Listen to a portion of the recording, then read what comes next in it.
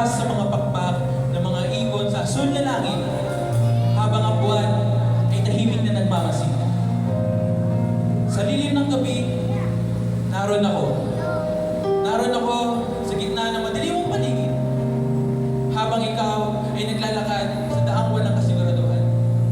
Habang ang puso mo sugatan ay humihinga ng pagod, ako ay nariyan. Tahimik, ngunit naririnig ang bawat bangin na bumubulong sa iyong isipan. As dilim na iyon, doon ko narinig ang hulugan ng tunay na pag-ibig. Pag-ibig na hinahanap ko sa iba, pero sa iyo pala matatagpuan. Pag-ibig na hindi nang iwan. Pag-ibig na hindi na mapagod magmahal. Ito yung pag-ibig na tanggap ako kahit pasag na. Pag-ibig na nagsabing, anak, mahal pa rin kita.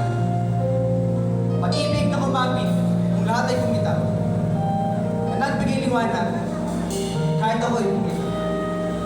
Anak, ito ang pag-ibig na nagpatawad. Pag-ibig na tumatawag sa iyo ng aking ka.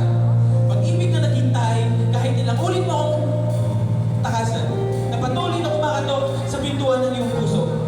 Pag-ibig na kumumendo ng mundo mo, na handang ialay maging langit para sa iyo. Pag-ibig na nagbuwis ng buhay para lamang mabuhay ka. Maglinaw ng kalangitan. Ang isip ko'y ligaw, ang puso'y sugatan. Nagtanong ako, nasaan ka, Panginoon? Bakit tila katahimikan mo'y mas malakas pa kaysa sa bagyo? May gamot ba sa ganitong pagod? May sagot ba sa ganitong lungkot? Alam ko, anak, naririnig ko ang iyak mong walang boses. Alam ko ang sugat mong tinatakpan ng ngiti.